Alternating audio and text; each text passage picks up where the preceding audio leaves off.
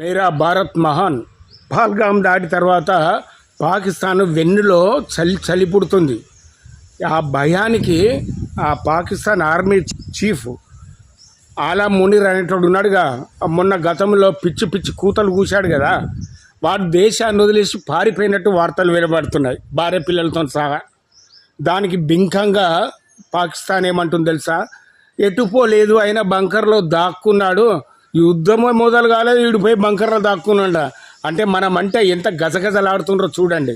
ఈ క్రమంలో గార్డియన్ అనే ఇంగ్లీషు డైలీ పత్రిక 4500 మంది సైనికులు, 250 మంది అధికారులు రిజైన్ చేశారంట. మాకు యుద్ధం వద్దు బాబు, మేము ఎట్లా గెలవలేము, మా భార్య పిల్లలకు దూరం అవుతామో అని రిజిగ్నేషన్ చేశారట.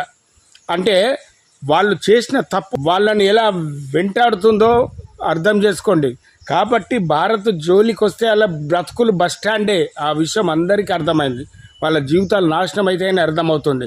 కాబట్టి ఇప్పటికైనా బుద్ధి తెచ్చుకొని క్షమాపణ కోరాలని మనం కోరుకుందాం. ఓకే.